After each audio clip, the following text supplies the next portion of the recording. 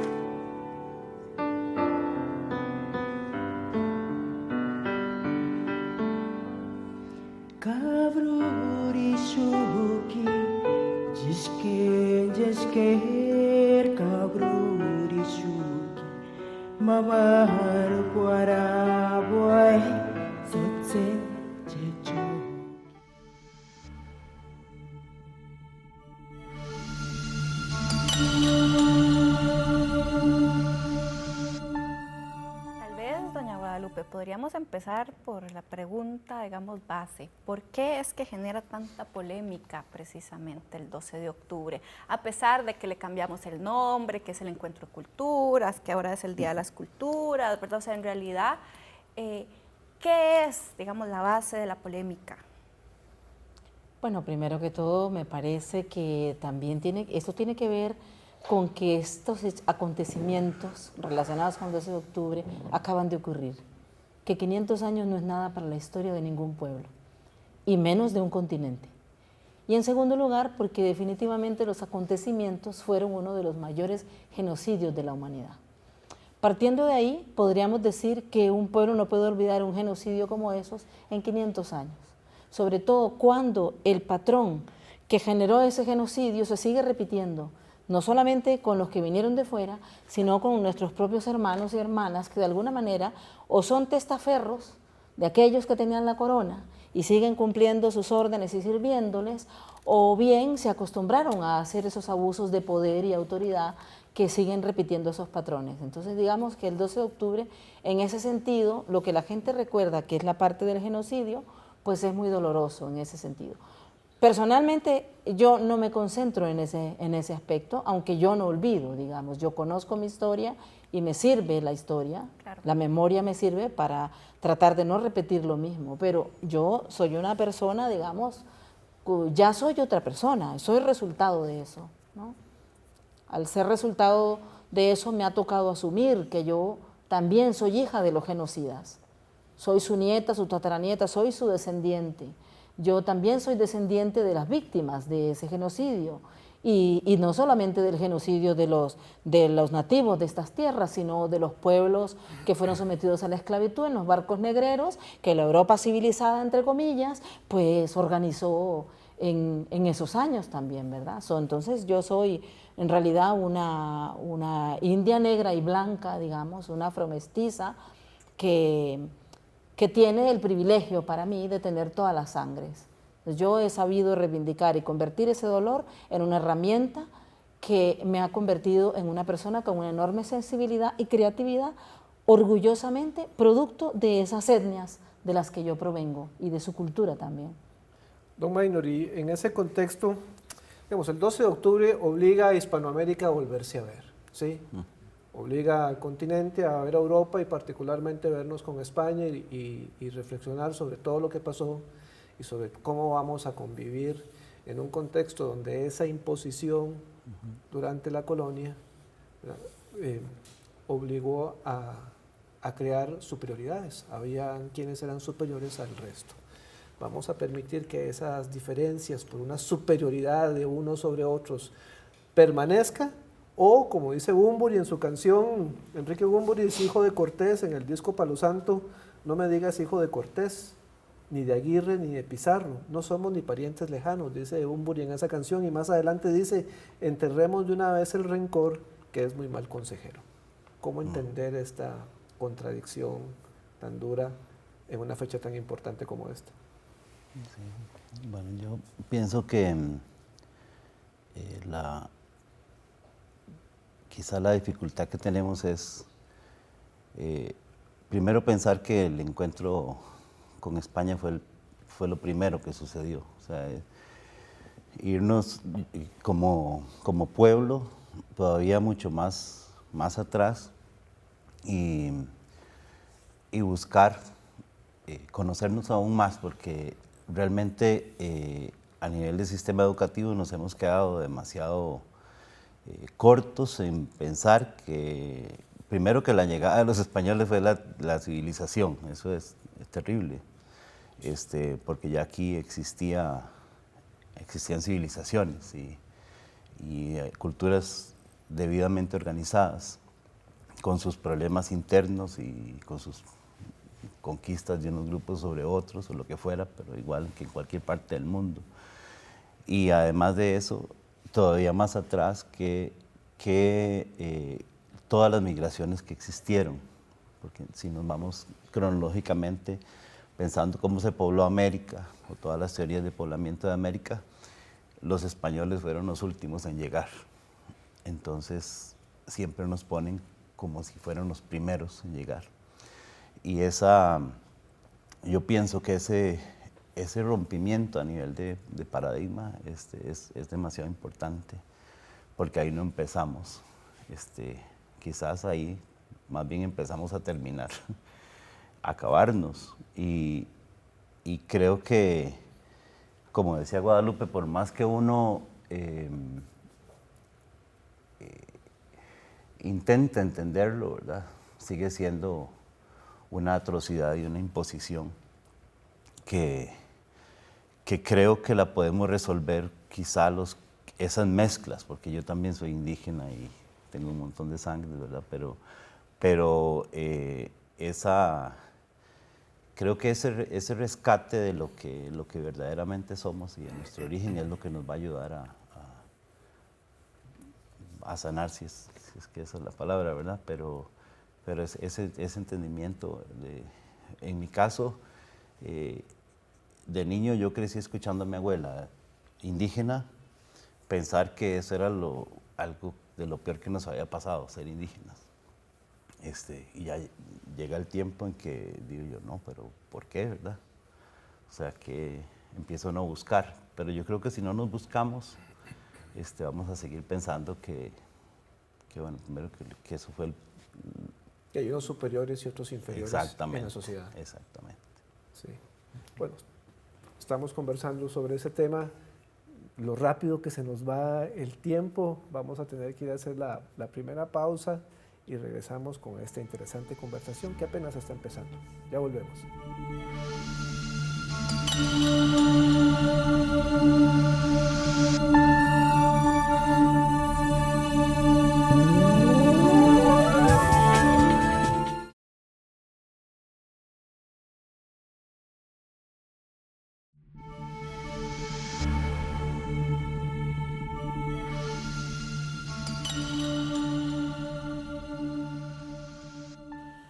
Regresamos a Sobre la Mesa, conversando hoy sobre una visión crítica del 12 de octubre.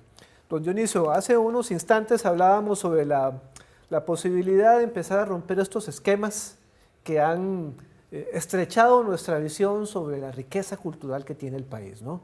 Y en ese contexto quisiera preguntarle, desde su punto de vista, ¿cuáles, digamos, los principales aportes que uno puede recoger y comprender de una sociedad que es multicultural, plurilingüe y multiétnica? Bueno, yo quiero decir lo siguiente. Sí, ha llegado la hora de tener conciencia de que somos eso que siempre hemos sabido que somos, ¿verdad? Porque lo hemos sabido. Creo que las imágenes de don Luis Guillermo firmando este nuevo, ¿cómo se dice?, contenido de la Constitución, definiendo a Costa Rica como país multiétnico y pluricultural, serán solo papel con tinta, porque en estos mismos momentos, pues, en que esto era firmado, yo recuerdo trabajaba en la Asamblea Legislativa, redacté algunas cuestiones para el diputado Fran Camacho, y en esa misma época se estaba garroteando a los indígenas. Entonces, al papel le pueden poner lo que le puedan poner. Creo que el frío no está en las cobijas. Eso para empezar, pero bueno, sí, llegó la hora de empezar con actos, ¿verdad?, a reivindicar esa realidad de ser un país multicultural y pluriétnico. Pero creo que la primera cosa que hay que hacer es acabar con cierto maniqueísmo que hay en este tema. La propuesta del 12 de octubre, como Día de la Hispanidad, que ese es uno de los nombres y no el primero que tuvo, no fue española, fue argentina. Es decir, un diplomático argentino propone que esto ocurra y aboga, y durante algunos años pues va la idea yéndose para acá, para allá, fue acogida por algunos países antes, otros después. Finalmente España se quedó con la idea y les pareció que, bueno, que era el día de su fiesta nacional, ¿verdad? Pero cuando hablo de maniqueísmo es que la historia hay que volverla a escribir. Bolívar decía que una vez liberado del continente americano había que ir a España a liberar a los españoles de la monarquía. Hay que decir que a la par de Bolívar combatieron muchos españoles y que a la par de los generales realistas en el continente suramericano, lucharon muchos criollos a favor de la monarquía. Lo que hubo fue una guerra civil. Hay que decir que Cortés toma Tenochtitlan con 200 españoles y 30,000 tlaxcaltecas. Hay que decir que Pizarro llega al Cusco con 168 hombres y se encuentra que hay una guerra civil entre Huáscar y Atahualpa, y 5,000 indios guaylas se suman a las fuerzas de Pizarro para tomar partido por uno de los bandos. Y Pizarro se casa con Quisú, que es la hija del Inca muerto, de Huáscar, hermana de Atahualpa, hija de Huayna y hermana de Atahualpa y Huáscar. Es decir, somos mestizos desde entonces. Creo que la América precolombina no era un paraíso, no era esto el Edén. Aquí había exacciones, invasiones. Una de las cosas que encuentran los pueblos sometidos por los aztecas en la presencia de los españoles es la posibilidad de liberarse del imperialismo azteca, de la dominación, de la sujeción. Había esclavitud en nuestro continente también antes de esto. Y también cuando se habla de la esclavitud, se ha obviado que existían esclavos blancos, que Inglaterra tuvo en las Antillas más de 27,000 esclavos irlandeses, todos blancos, que en el régimen español los esclavos podían incluso comprar su libertad. O sea, hay una serie de elementos que hay que decantar, porque la leyenda negra que nos heredó Inglaterra sigue siendo altamente eficiente. Vasco Núñez de Balboa es un ejemplo de eso que ustedes mencionan. Yo creo que no se puede pasar por alto ninguna exacción cometida por los conquistadores y los colonizadores, pero por Dios, rindámosle homenaje a Bartolomé de las Casas y sobre todo al padre Vitoria, que logra convencer a los reyes de que se suspenda la conquista de América por considerar que no es ética. En su libro de Indies, el padre Vitoria dice: los aborígenes son tan iguales seres humanos como lo somos nosotros, y tan señores de sus bienes y de sus tierras, y no somos nosotros quienes para llegar a robar, ¿verdad? Como a saquear estos territorios. Y en su libro de Iuris Bellis dice el padre Vitoria: la única razón por la que una nación se justifica la guerra contra otra es por haber tenido una injuria, y la respuesta debe ser proporcional. Y esto no ha ocurrido con los aborígenes. Da pie entonces lo que el padre Vitoria dice para que entonces se empiece a reconsiderar este tipo de relación. Y en 1542 se hace una serie de decretos por los cuales la corona empieza a reconocer una serie de derechos concretos y a velar por estos derechos en relación con los indios. Vamos a decir que el derecho de gentes que nace con la acción del padre Vitoria no es otra cosa que el prolegómeno de lo que hoy conocemos como los derechos humanos. Y una gran parte de la iglesia, del corpus eclesial de España, fustigaba para que se cristianizara, entre comillas, América, sabiendo que había grandes negocios detrás, pero también había una parte importante de los clérigos que se sumaban a las filas de las casas, expatriado a Chiapas, ¿verdad? Y de Victoria. Decir entonces que la conciencia de ser mestizos tenemos que aclararla. Octavio Paz decía: el día que aceptemos que somos hijos de la chingada, que lo aceptemos y que lo asumamos, empezaremos ya a dejar atrás estos problemas y a ver qué es lo que tenemos en el futuro. Es decir, han pasado 195 años de la independencia. ¿Y qué hemos hecho con los aborígenes talamanqueños? ¿Qué hemos hecho con el mundo chorotega? Vamos a seguir cargándole a los españoles la responsabilidad de lo que no hemos sabido hacer nosotros en 195 años. Yo creo, como José Vasconcelos, en la raza. en la raza cósmica de la que hablaba Vasconcelos. ¿Y cuál es la raza cósmica? Lo que él encontraba que había en América, lo que hoy estamos llamando aquí multietnicidad o plurietnicidad y multiculturalidad. Él decía, no hay otro lugar del mundo donde existe una suma tan completa, tan total y cósmica de los elementos de la cultura expresados en la comida, en la música, en el habla, en los bailes, en las prácticas, Sí, como lo que hay en sé. nuestro continente. Sí. Y ese es el bagaje con el que nosotros debemos trabajar de cara al futuro. Si ¿verdad? toda esa riqueza es tan fuerte, yo quisiera preguntarle aquí a doña Guadalupe, ¿por qué seguimos viéndonos en esa tradición de unos superiores a otros? Volvemos a ver a nuestros hermanos indígenas con inferioridad, ¿verdad? Los seguimos viendo de lejos, por encima del hombro.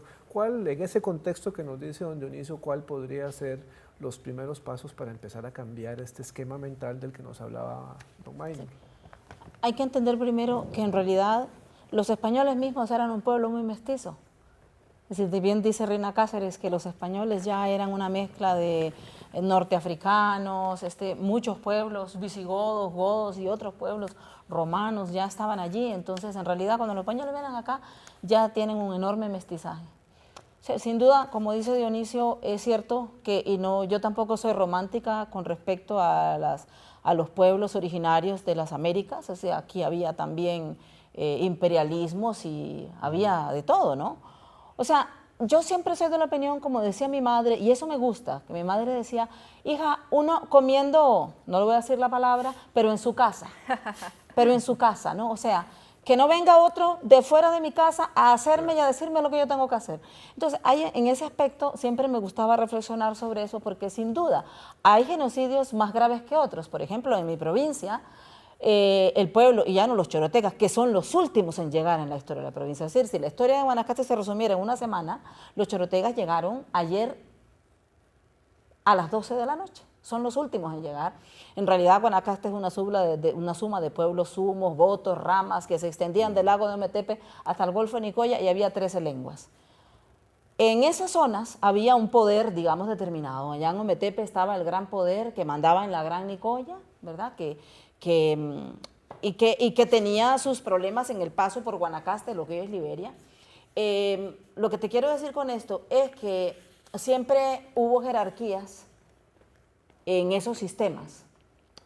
Y aquí me iría a un tema que para mí es maravilloso y que es un tema al que nadie le entra en la historia, porque no se van a la raíz de las cosas, sino vamos por las ramas. Y es el tema de los patriarcados.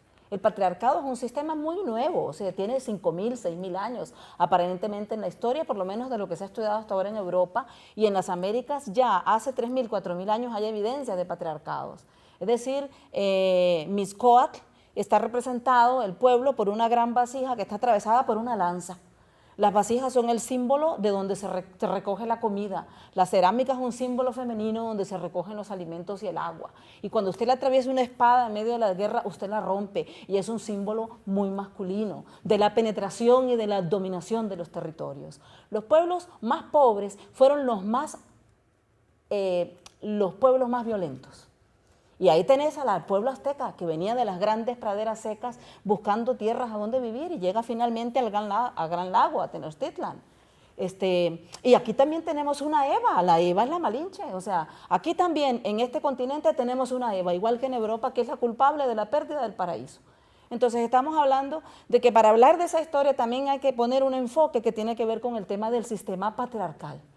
Y que hoy, a la luz de estos días, yo diría que es un sistema patriarcal neoliberal. Y que si le pongo más, diría que es un sistema patriarcal, heterosexual y neoliberal. Sí. Que es un asunto bien importante para discutir la historia de la América Latina, que es una historia muy rica, además, con pueblos profundamente cultos y que tenían problemas entre sí. Pero hay que entender que, al igual que los romanos, digamos, los aztecas aceptaban a las deidades de los pueblos que conquistaban. Sí, tal vez. Y la Guerra Florida es un tema bien interesante. El tema de las guerras floridas es así. El señor X, que mandaba un cacique que había en el sector de Tenochtitlan, le mandaba a decir a otro señor que estaba allá, de Tlaxcala, mire, mijito, figúrese que yo tengo 300 guerreros y quiero entrar a su terreno porque necesito que usted me dé su agua o parte de comida porque no me llega. Entonces yo tengo 300 guerreros, ¿cuántos tiene usted? Dígame cuántos tiene porque yo le voy a declarar la guerra. Entonces aquel le mandaba a decir, bueno, yo tengo 200. y con 200 se iban a enfrentar. Claro, después de enfrentarse, si con 200 ganaba la guerra florida, era que se entregaban regalos y se entregaban y ponían el camino de flores. Y al final el pueblo que ganaba pasaba por encima de esas flores. Quiero decir que había unas reglas, unos términos básicos que se entendían entre esas culturas, que además tenían, que eran resultado de una naturaleza también. Eran pueblos que tenían una manera de vivir de acuerdo al entorno natural, muy distinto a lo que había en Europa. Es en ese sentido que el encuentro con los europeos es realmente un genocidio. Claro, pero doña bárbaro. Guadalupe, disculpe que la interrumpa, tenemos que hacer una pausa. Ah. Entonces vamos a una pausa y ya regresamos para que usted termine, digamos, con la idea. Vamos a una pausa y ya regresamos.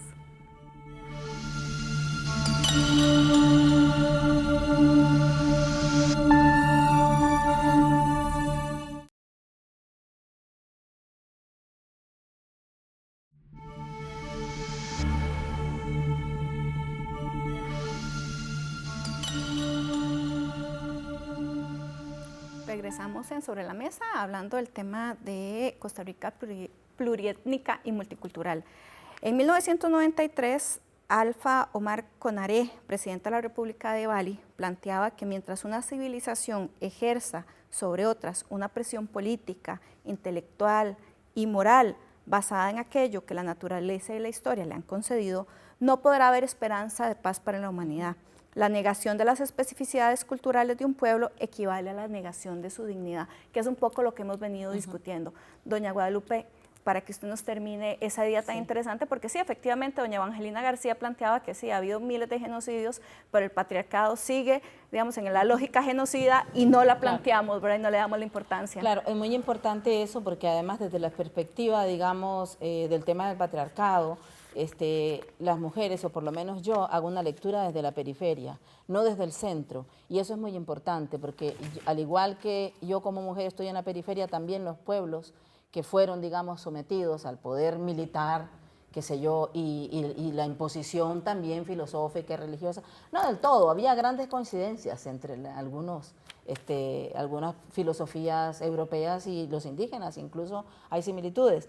Digamos que eso no puede cambiar en la medida en que no participemos con igualdad de condiciones en la discusión. Claro. Y la otra cosa es que solamente hay una herramienta que la especie humana puede usar para resolver este conflicto, y es el tema del perdón y la aceptación. Si no tenemos esa capacidad, es necesario para seguir adelante en la vida. Tenemos que echar para adelante. No digo que una tiene que olvidar, pero sí tiene que aprender a aceptar las transformaciones, a perdonar y a aceptarse porque una misma es hija de esas mezclas, ¿no? Y de toda esa historia. También es la suma, digamos, de toda esa historia. Por lo tanto, yo no voy a renegar de mi propia historia, al contrario, estoy muy orgullosa de donde vengo.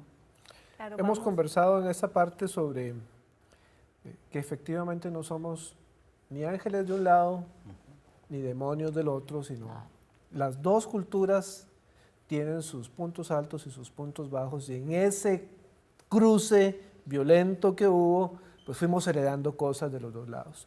Pero para ilustrar un poquito más estas herencias y estas tradiciones, hemos preparado una cápsula que vamos a escuchar y luego seguimos conversando.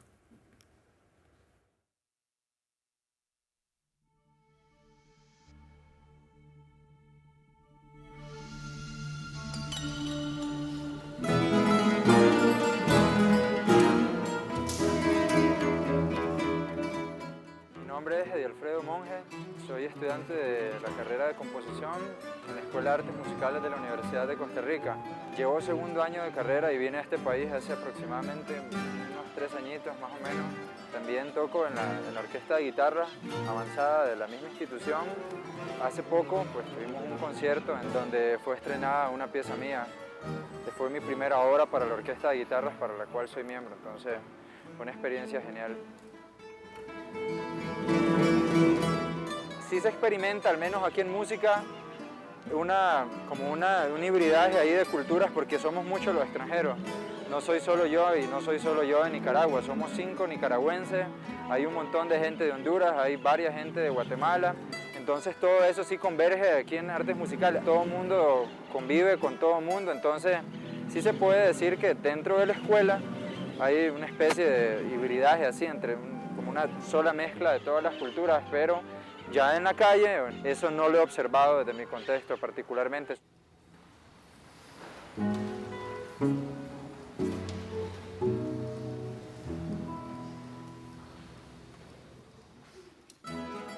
Me parece que es un buen primer paso lo que se dio a nivel legislativo, pero desde mi contexto pues yo no percibo eso. Yo sí siento que un plan a largo plazo, eso se va a lograr con los años, pero no creo que sea la única manera, pues eso está en el papel.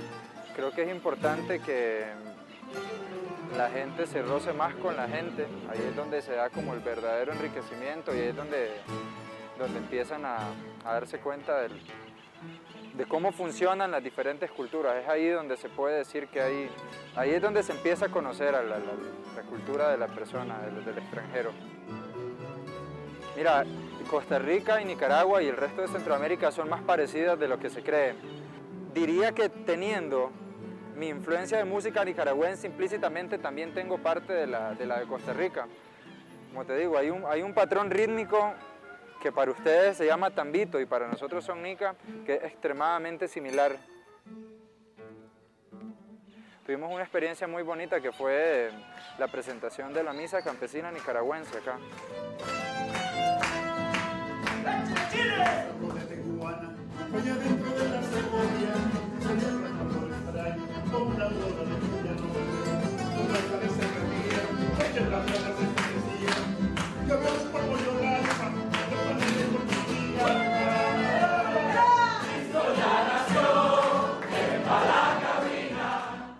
Y eso para nosotros fue eso, regalar un poquito de nuestro país a los costarricenses y fue un éxito total, ¿no?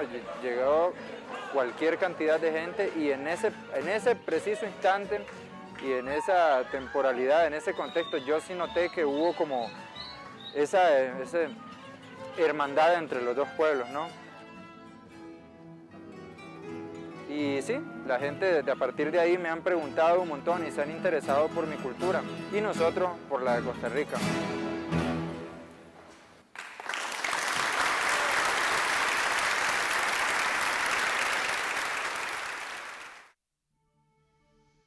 Nosotros, al igual que ustedes, también quisiéramos seguir escuchando a Carlos Mejía Godoy, pero igual la cantamos mientras escuchábamos la cápsula. Maynor, en este contexto, doña Guadalupe nos decía, ahora tenemos una sociedad patriarcal, heterosexual, unidimensional económicamente, y se ha agregado de alguna manera excluyente, pero como decía en la cápsula, hemos encontrado puntos de contacto que nos permiten ampliar o encontrar puntos de convivencia. La pregunta es, ¿cómo hacemos para empezar a ampliar esos puntos de convivencia? Sí. Dejarnos de ver en una visión únicamente heterosexual, sino reconocernos en una visión donde solamente un tipo de color de piel puede predominar sobre los otros, sino encontrarnos en una forma distinta. Vea, primero que nada yo creo que nos tenemos que informar o tenemos que transmitir más a la juventud y a los niños la grandeza, primero que nada la grandeza de los pueblos indígenas, porque el problema es que nos seguimos viendo como inferiores, ¿no? Como pobrecitos. Entonces ahí anulamos toda su grandeza, o sea, de que pensamos que hay que llevarles de comer, estamos listos, ¿no? Son seres humanos totalmente independientes, sostenibles, que más bien los pueblos que se han contactado con las partes occidentales o más modernas son los que han caído en esa dependencia. Pero hay una gran grandeza.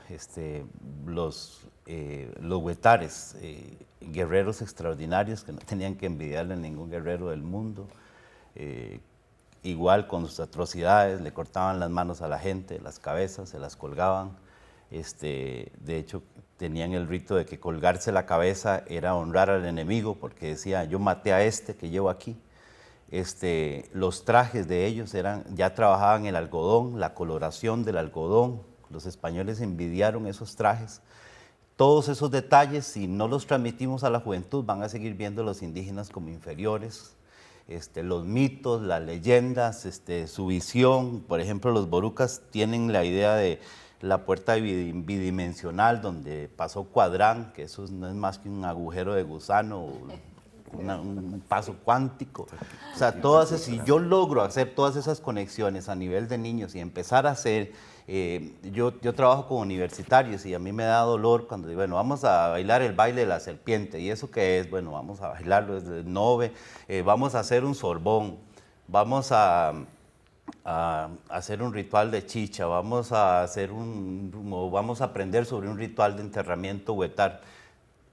Nada de eso conocen, pero no lo conocen a veces porque no lo quieran, sino porque no han existido los espacios o los textos o las actividades donde eso se haga.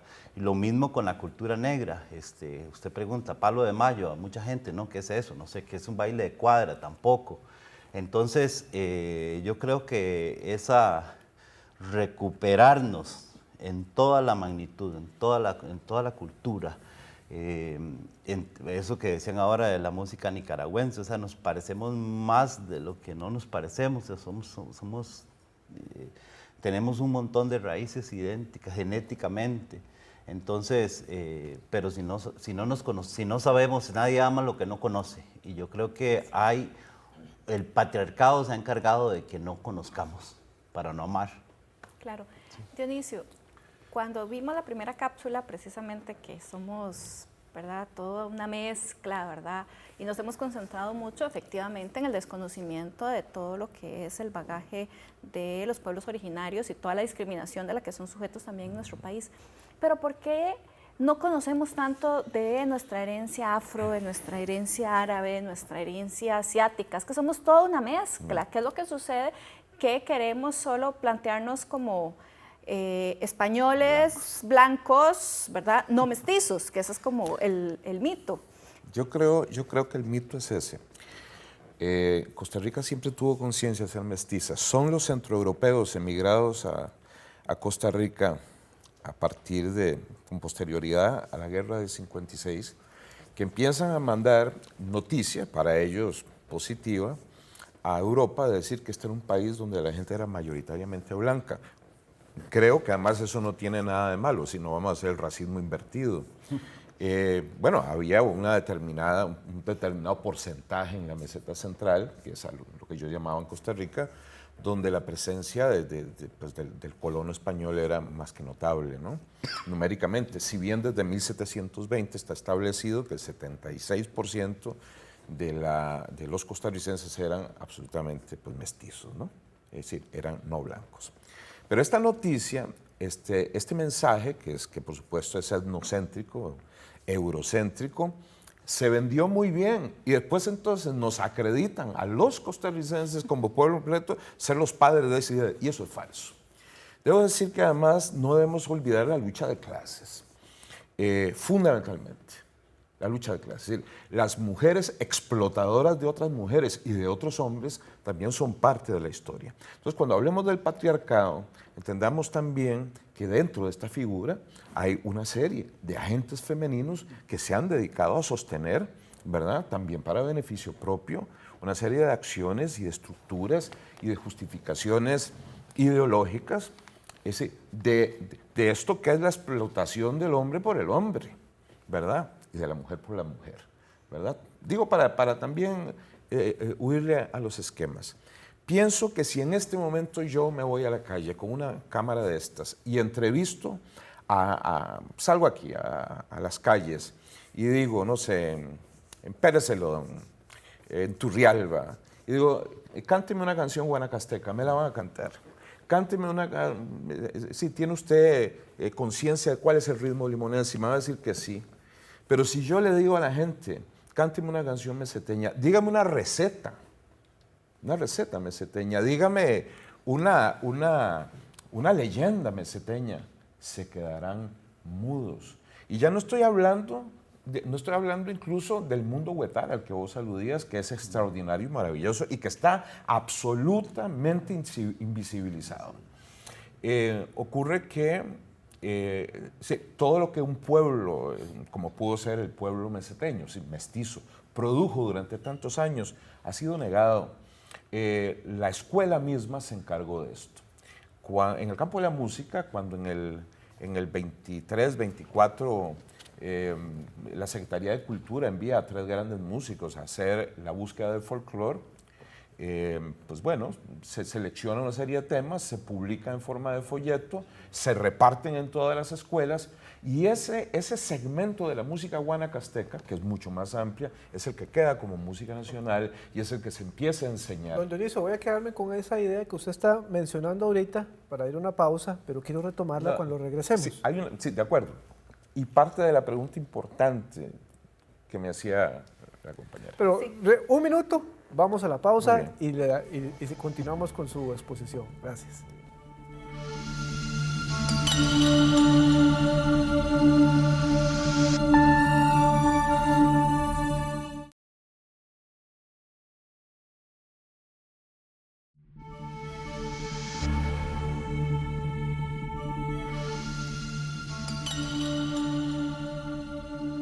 Regresamos a Sobre la Mesa, sí, nuestra última sección de este programa.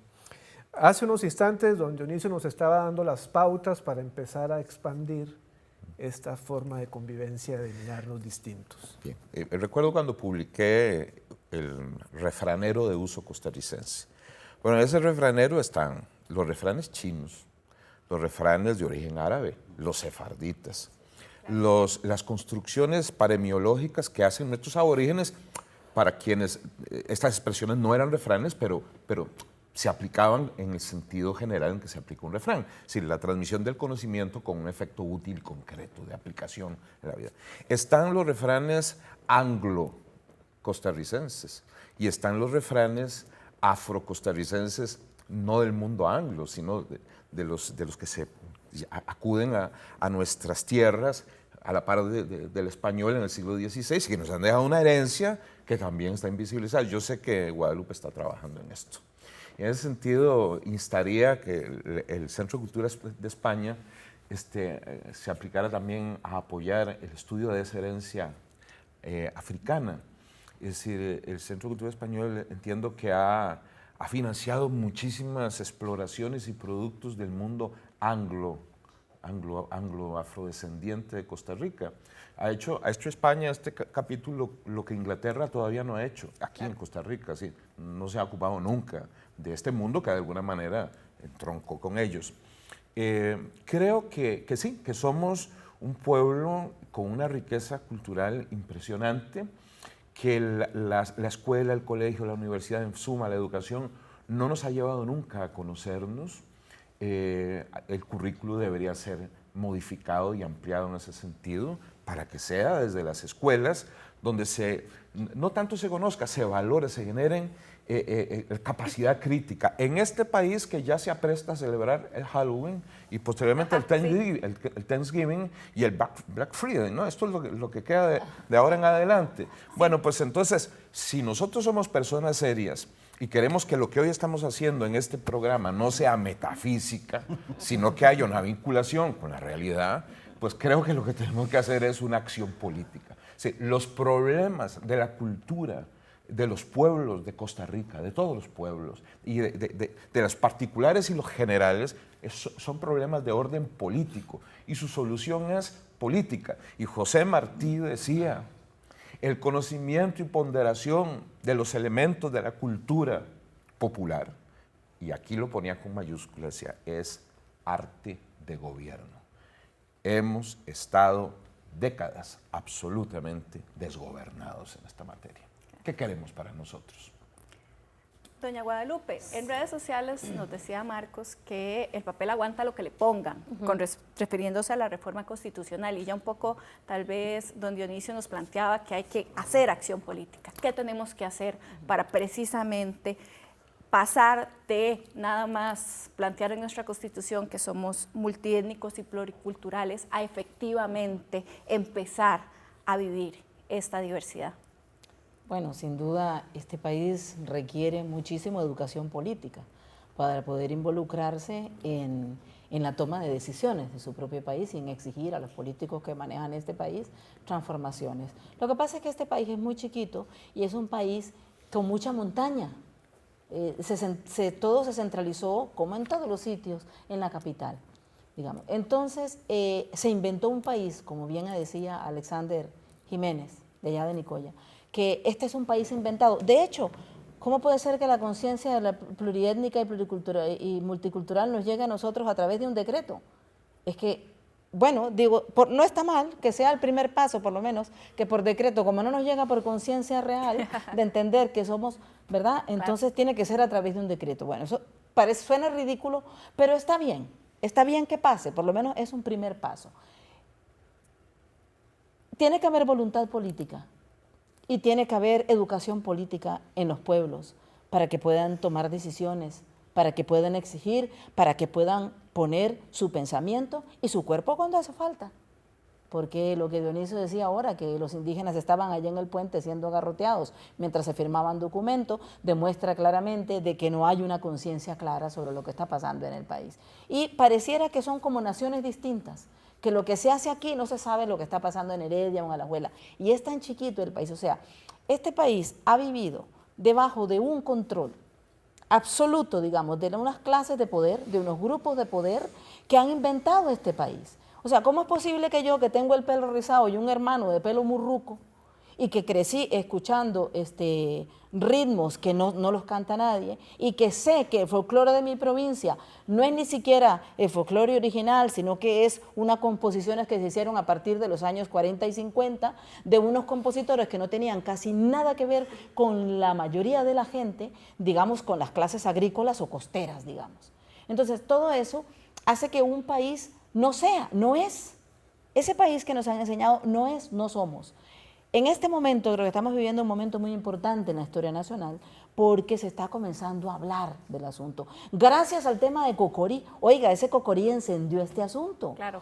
Porque, claro, no se guarden a la gente de San José, no se le puede decir que no tienen razón.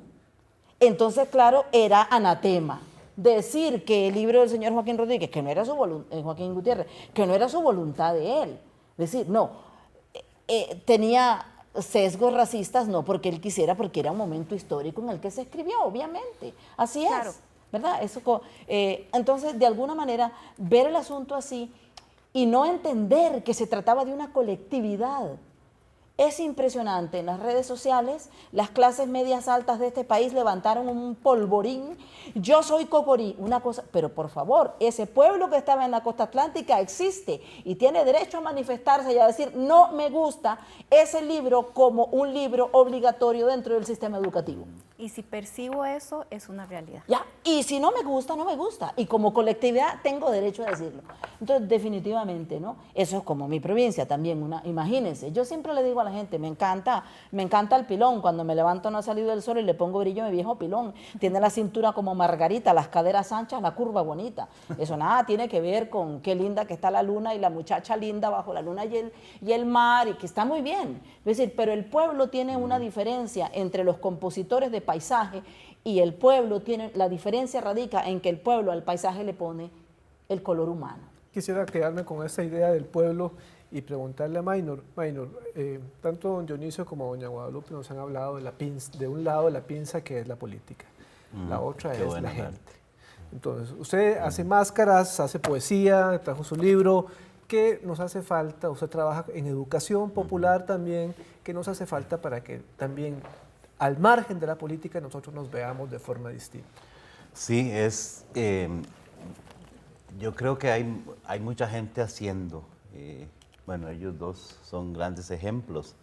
Y, por ejemplo, en mi caso, a nivel de la literatura, uno sueña, qué sé yo, un libro álbum para niños con la megafauna costarricense, que también es un tema súper desconocido. Uno se imagina los armadillos del tamaño de un Volkswagen que eran allá en la Patagonia o lejos, en otro lado, pero aquí estaban, en Aguacaliente, ahí habían mamuts, aquí habían caballos, 3 especies de caballos antes de que vinieran los españoles, o sea, no los trajeron ellos. Claro. Más bien hubieron migraciones hacia allá, los mismos los camellos también los tuvimos. Entonces, ven todos esos contactos cuando uno dice, carajo, aquí también, o sea, ¿cómo no me he dado cuenta que aquí vean esos monstruos, verdad? Yo le cuento eso a los niños y se quedan así boquiabiertos, maravillados. Lo mismo cuando uno trata un tema como la venta de esclavos en la Plaza Mayor, que lo trataba Guadalupe, que se vendían ahí, se remataban, que eso está en los protocolos de Cartago, y es escrito que eso era una realidad. Eso también sorprende a la gente porque tenemos nuestra imagen así, como que qué buena gente hemos sido y no nos metemos en problemas. Entonces, creo que eso nos falta, que a nivel artístico, que lo estamos haciendo, pero creo que debemos unirnos más y manifestar todos esos temas, o sea, sacarlos a flor de piel, que la gente los escuche, que se sorprenda de eso. Sí. No, muchísimas gracias, don Maynor, precisamente por ese cierre. Evidentemente tenemos muchísimo que hacer y, bueno, mucho más que conversar. Muchas gracias a doña Guadalupe y a don Dionisio también por estar acá. Queremos además hacerles una invitación porque la próxima semana tenemos las jornadas de investigación de la Escuela de Ciencias Políticas, del Centro de Investigación y Estudios Políticos y el posgrado de Ciencias Políticas, que se va a realizar el 19, 20 y 21 de octubre en el edificio de Ciencias Políticas. Las jornadas se plantean repensar la ciencia política, se van a llevar a cabo en el edificio, son gratuitas y si quieren tener más información, como se está viendo en la pantalla, ahí pueden ver, llamar para pedir información o escribir al correo electrónico para poder acceder también por redes sociales al programa. Así que están cordialmente invitados e invitadas a las jornadas de Ciencias Políticas. Muchísimas gracias a los tres. Daniel. Muchísimas gracias, se nos acabó el tiempo, nos vamos. Un abrazo a ustedes tres, por favor, y en casa también. Nos vemos la próxima semana.